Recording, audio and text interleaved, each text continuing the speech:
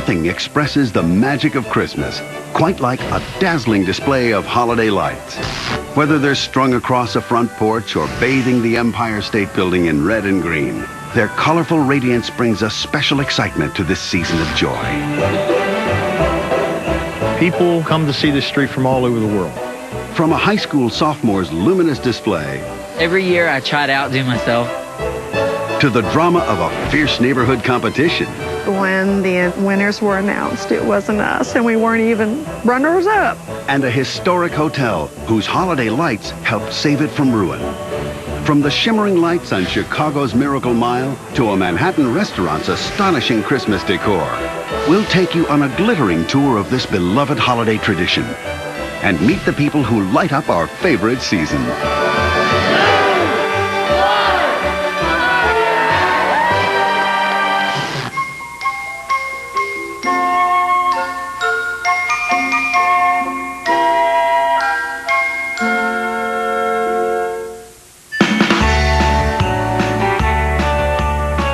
Every December, millions of people brighten their Christmas trees and their homes with the magical glow of holiday lights.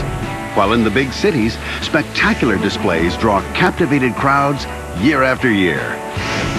From Thanksgiving to New Year's, the landscape sparkles with radiant light and color. But did you ever wonder where this beloved tradition comes from? For thousands of years, pagan groups lit bonfires to brighten the dark winter nights.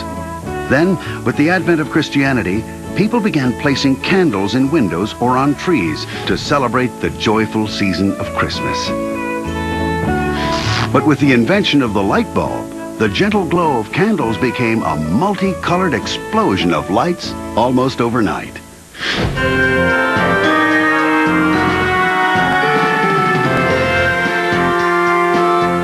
Today, millions of us hang a few strands of holiday lights around the house and call it a day. But what inspires some people to go so far beyond that?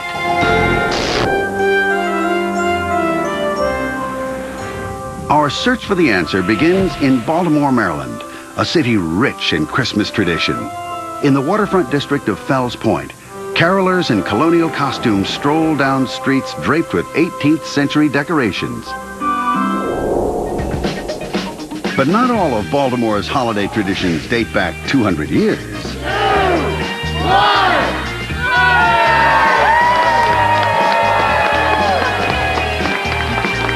When all this is lit at the same time, you can see a surge in the electric grid in this city.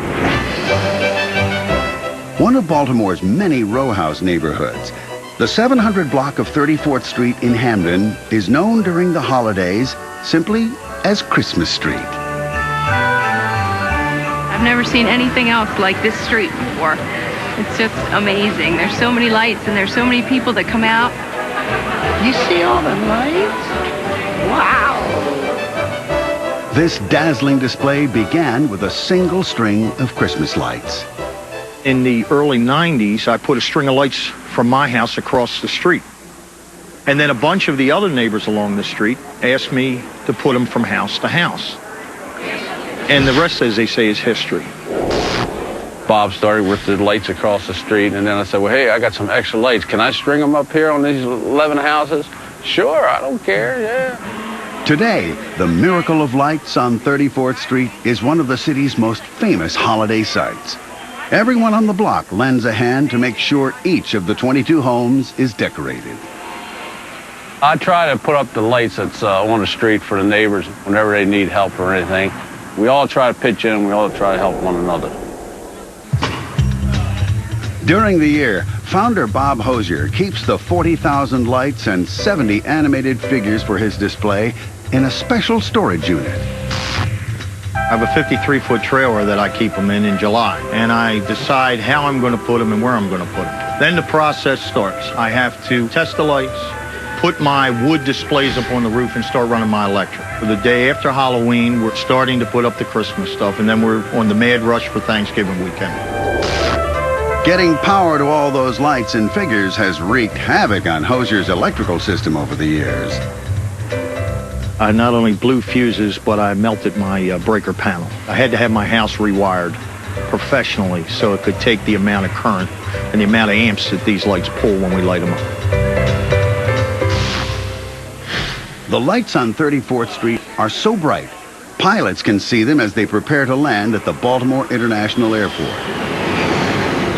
There's so many lights that there's probably millions of them. Oh, there's a million lights on this street. There's no doubt in my mind.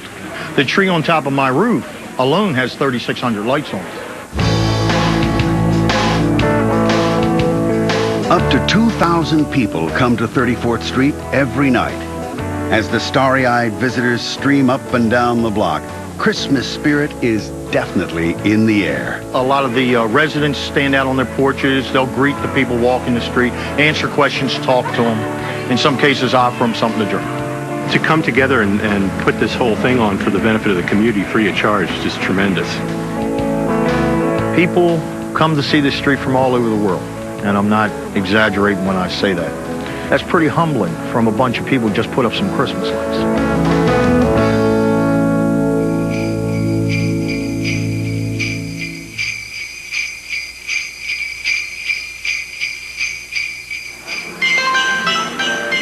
If 34th Street is a perfect example of neighborhood collaboration, holiday lights bring out a much more competitive instinct in a community called Prestonwood Forest.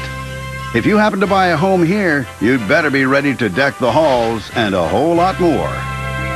When I was working with my realtor, she said, now you know, if you move into that neighborhood, you have to decorate for Christmas. I said, well, I always decorate for Christmas. She said, no, you really have to decorate for Christmas. Just outside Houston, Texas, Prestonwood Forest is a suburban development with more than 750 houses. Back in 1978, a group of residents on one street decided to coordinate all their holiday displays around a single Christmas theme. On the next street, Jack Howard and his neighbors took that show of unity as a challenge. Our naturally competitive block decided that if they can do it, we can do it. Jack's block chose a popular children's book called The Night Before Christmas in Texas as their theme. Almost 30 years later, it's still their holiday theme, with each home on the block displaying one page of the story. You start at one end of our block, come up one side, you can read all the text and the entire story, and come down the other side. By the time you end up our street, the 20th house, it's the end of the story. You can't have a project like this with just 2 or 3 people participating. Everyone has to be doing it.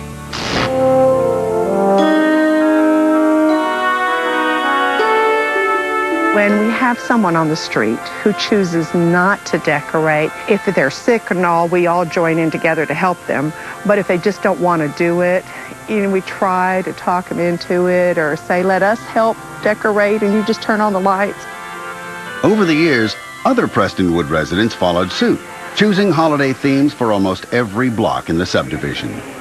Everybody chips in and helps pay for the product too, so we all belong to it together, and the pieces stay with the home. It doesn't go with the family, it stays with the home so that our block continues to maintain its street design.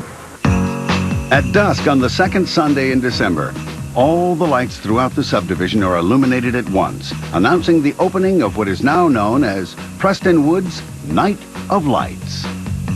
During the 2-week event, more than 15,000 people drive through this one-of-a-kind Christmas tradition. Even when you go out in public and you say, I live in Prestonwood, they're like, oh, the lights, the Christmas lights. I've been going for 25, 30 years. And it's neat that we've kind of made a tradition out of people's lives.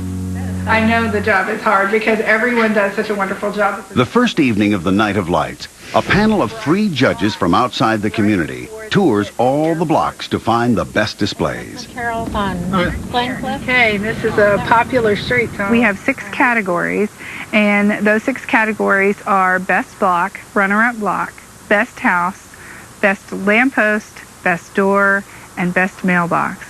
The judges are primarily looking for everyone on the block participating. Congratulations, you won Best Block. Thank you. A display called 12 Days of Christmas in Texas has netted the big prize for Best Block. Hey, thanks. Can't forget your big sign here, the bragging sign.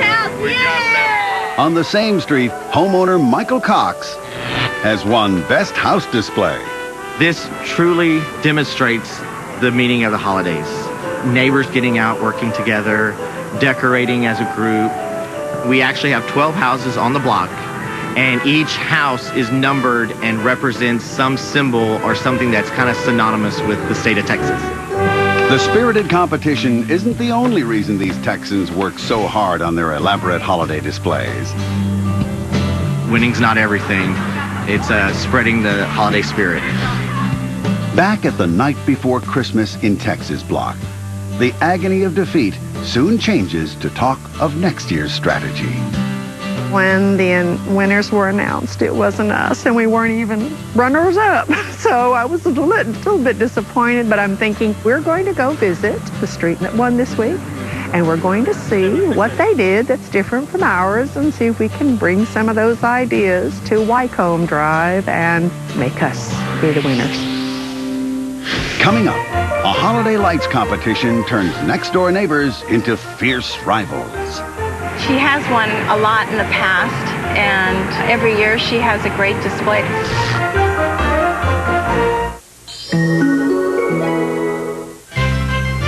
We've seen neighbors who join forces to create spectacular holiday light displays. But what happens when your neighbor is your biggest rival? Meet Donna DeBari of Newport Beach, California, who is determined to beat her next-door neighbor to win the city's prize for Best Home Display.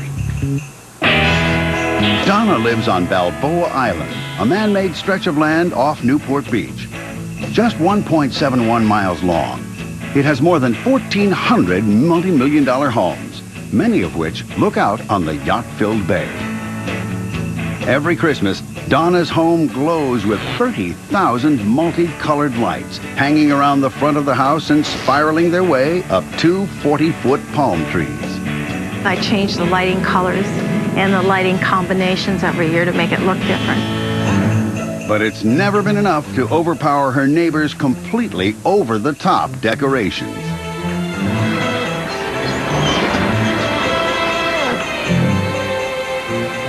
This is the home of Peggy and Jim Rich, and they win sweepstakes every year because they are so animated. And this is my neighbor, Peggy Rich. Hi.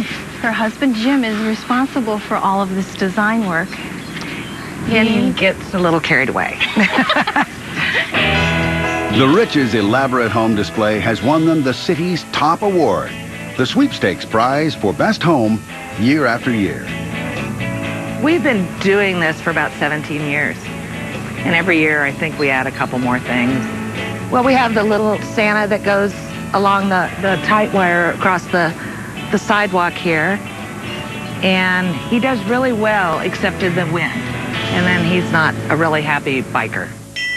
Peggy's display includes 10 animated figures as well as 50,000 lights. But the most unexpected thing on her lawn is a real snowman basking in the hot California sun. My husband made this, and it's copper coils, and he just wound it really tight. And then he had a refrigeration company come and just hook it up to 2 refrigeration units. It's a killer combination of lights and Christmas activity that's been impossible for Donna to beat. With the judges coming tonight, she races around town grabbing supplies to complete a new element of her display, one she hopes will finally put her house over the top. The city's celebrating 100 years, and being that that's the theme, we figured we have to tie that into the decorating somehow. Her plan is to make a 3-foot-tall version of the number 100 for her balcony. I've got glitter so that they'll shine at night and during the day, so it'll really stand out. Time is of the essence here because I've got to get it prepared and dried so we can put it up.